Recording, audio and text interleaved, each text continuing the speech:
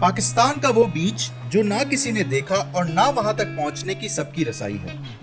यकीन जानिए, ये एक ऐसा बीच है जिसे देखकर किसी का भी दिल मोम हो जाए, आंखें अश्कबार और रूह पुरनूर हो जाए। क्योंकि इस समंदर किनारे जो नजारा देखने को मिलता है वो कायनात में छुपी निशानियों से पर्दा उठाता है। पाकिस्तान से लोग न जाने कौन कौन से मुल्क जाते हैं खूबसूरती और सुकून की तलाश में। मैंने भी सुकून की तलाश में बहुत सफर किया, क्योंकि मैं बेइल्म था कि जो सुकून मेरी अपनी जमीन मेरे प्यारे पाकिस्तान में है वो कहीं नहीं।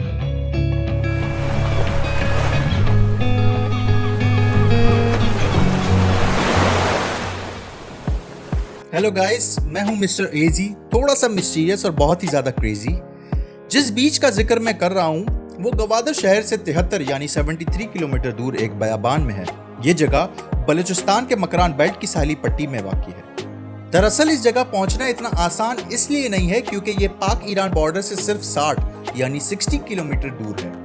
बॉर्डर के पास होने की वजह से ये एक हसास इलाका माना जाता है। तालीम और तदरीस के सिलसिले में जब मेरा बलूचिस्तान जाना हुआ तब मैं बलूचिस्तान के मकरान बेल्ट पर वाक़ई जगहों के बारे में इतना नहीं जानता था। मैंने वहां के रहने वाले लोगों से मुख्तलिफ जगहों के बारे में दरियाफ्त किया तो मुझे गांस का पता चला, मगर मसला ये था कि गांस तक ले जाने के लिए कोई भी ड्राइवर रजामंद ही नहीं था। बहुत मुश्किलों से डबल पैसे देने का वादा करके एक गाड़ी वाला हमें बीच तक ले जाने के लिए रजामंद हुआ। जो तू करके हमारा सफर शुरू हुआ। ये जो तस्वीरें आप स्क्रीन पर देख रहे हैं ये गवादर से गांच के रास्ते के दरमियान की तस्वीरें हैं। पूरे रास्ते के दौरान हमें बस गिनती के लोग ही देखने को मिले, क्योंकि यहाँ का ज्यादातर एरिया वीरान और टूटा फूटा है। वैसे गांच सिर्फ अपनी खूबसूरती की वजह से ही मशहूर नहीं, बल्कि इस इलाके में बसने वाले लोगों की भी एक दिलचस्प कहानी है। खैर, जब हम बीच पर पहुंचे तो वहां पर कोई शख्स मौजूद ना था। जहां तक हद निगाह पड़ती सिर्फ पानी और पहाड़ नजर आते, और इन पहाड़ों और समंदरों के दरमियान हम अकेले। गाड़ी वाले ने समंदर से तकरीबन आधा किलोमीटर दूर ही गाड़ी रोक दी। हम जब पैदल निकलकर समंदर की तरफ बढ़ने लगे तो चलते चलते हमारे कदम जमीन के उस हिस्से पर पड़े जो एक जमाने में शायद समंदर का हिस्सा हुआ करती थी। बलूचिस्तान का सफर हमने ठंड के दिनों में किया था, यानी जनवरी और फरवरी का शायद कुछ टाइम चल रहा था। इसी वजह से समंदर भी बहुत खामोश था। लेकिन जैसे जैसे हमारे कदम आगे बढ़ने लगे हमें देखने को मिला पाकिस्तान का सबसे खूबसूरत और सबसे साफ समंदर। इस बीच के पानी का रंग बिल्कुल सब्ज था। यहाँ की मिट्टी में अगर आप पैर दबाकर खड़े हो जाओ तो पानी की लहर जब आपके पैरों को चूमती है तो एक अलग सी ताजगी पैदा होती है। इस तस्वीर में देखें, ये समंदर इन पहाड़ों तक आकर टकराता है। ये पहाड़ी सिलसिला तकरीबन 20 किलोमीटर तक चलता रहता है, जिसमें एक तरफ समंदर और दूसरी तरफ पहाड़ी है। कोस्टल हाईवे पर जिनका सफर करने का इत्तेफाक हुआ हो वो बेहतर तरीके से समझ सकते हैं कि ये नजारा किस कदर दिल फरेब होगा।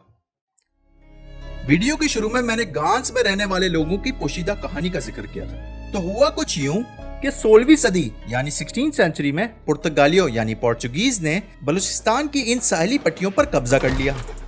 इसका जिक्र बहुत सी किताबों में भी है। आज भी इस इलाके का आधा हिस्सा ईरान जबकि आधा पाकिस्तान में है।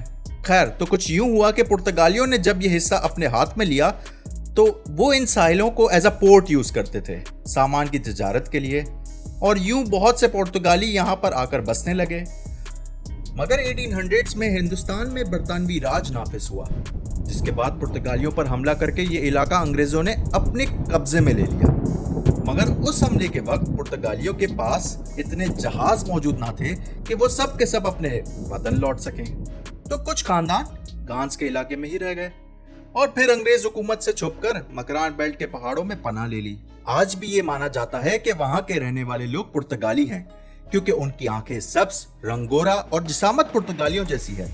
हालांकि ये लोग बलूची जबान बोलते हैं, मगर कुछ लोगों का ये दावा है कि डीएनए टेस्ट करवाने पर इनके खानदान की शाखें पुर्तगाल से जा मिलेंगी। अब ये तो वक्त ही बताएगा कि ये लोग पुर्तगाली हैं या बलूच, मगर ये बात तो पक्की है कि जिस जगह ये लोग रहते हैं वो इंतहाई हसीन और खूबसूरत है। उम्मीद है आप सबको ये वीडियो बहुत पसंद आई होगी।